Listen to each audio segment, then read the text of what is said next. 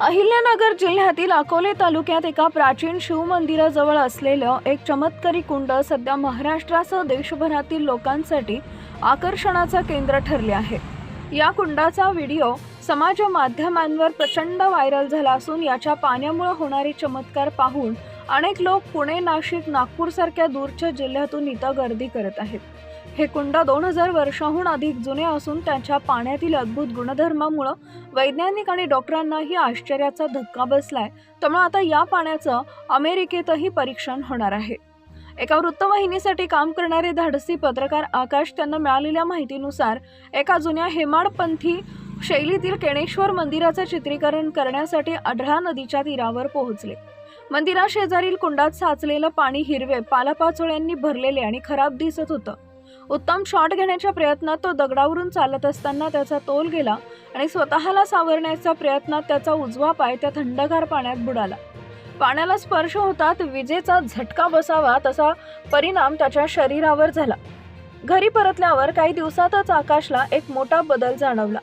मोटरसायकलमुळे बसलेल्या चटक्यानं त्याच्या पायावर जो पांढरा कोड उमटला होता तो कोड आणि जुन्या पायाच्या वेदना पूर्णपणे नाहीशा झाल्या होत्या। कोणताही औषधोपचार न घेता हा चमत्कार झाल्यानं आकाश आश्चर्यचकित झाला आणि त्यानं या कुंडामागील सत्य, रहस्य आणि इतिहास उलगडण्याचं ठरवलं।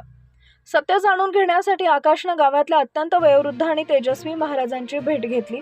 महाराजांनी त्याला या कुंडाचा हजारो वर्षापूर्वीचा इतिहास सांगितला। फार पूर्वी कर्नाटक राज्यात सुदनवा नावाचा एक शिवभक्त आणि न्यायप्रिय राजा राज्य करत होता। परंतु चौकशी न करता आणि केवळ लोकांच्या सांगण्यावरून त्यांना एका सत्वशील प्रतिव्रता स्त्रीला खोटा आळ घेऊन सुळावर देण्याची शिक्षा सुनावली। मरण्यापूर्वी त्या स्त्रीनं राजाला शाप दिला की त्याच्या संपूर्ण शरीरावर कोड उमटेल, रक्त वाहील आणि त्याचे डोळे जळून जातील। हा शाप त्वरित खरा ठरला आणि राजा असह्य वेदनांनी तळमळू लागला। राजाला आपली चूक कळली। त्यानं स्त्रीचं पाय धरून क्षमा मागितले। तेव्हा तिनं राजाला शापमुक्त होण्यासाठी पायी त्र्यंबकेश्वरला जाऊन कुशा वार्तात स्नान करण्याचा उपाय सांगितला। राजा वेदना सहन करत मजल दर मजल करत अढळा नदीच्या तीरावर पोहोचला, पण त्याची शक्ती क्षीण झाली। पुढे जाण्याची ताकद नसल्यानं त्यानं तिथंच एका कपारीत बसून भगवान शंकराचा धावा केला। राजाच्या तीव्र भक्तीमुळे कैलासपती भगवान शंकर तिथं प्रकट झाले। राजानं त्यांना दुसरे काहीही न मागता फक्त त्र्यंबकेश्वरचे कुशवार्ताचं पाणी इथं आणून द्या असा वर मागितला। भोळ्या शंकरानं आपल्या त्रिशूळानं पाताळापासून मार्ग काढून थेट त्र्यंबकेश्वरच्या कुशवार्ताचं पाणी या अकोलेच्या कुंडात आणलं आणि या पाण्यात स्नान करताच राजाच्या शरीरावरील कोड आणि वेदना सर्व क्षणात नाहीशा झाल्या। राजा पूर्ण बरा झाल्यानंतर त्यानं शंकराकडे दुसरा वर मागितला की माझ्यासारख्या अनेक लोकांना त्वचेशी संबंधित आजारापासून मुक्त करण्यासाठी या पाण्याची शक्ती या तीर्थात कायम ठेवावी।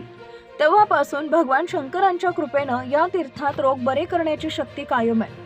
आजही जो कोणी श्रद्धेनं सलग 5 सोमवार या कुंडात स्नान करतो त्याचे त्वचेशी संबंधित सर्व आजार, विशेषतः सफेद डाग किंवा कोड बरे होतात, असा पिढ्यानपिढ्या चालत आलेला अनुभव आहे। हे कुंड आज लाखो लोकांसाठी केवळ एक प्राचीन तीर्थक्षेत्र नसून एक जीवनदायिनी आणि श्रद्धेचं मोठं केंद्र बनलंय।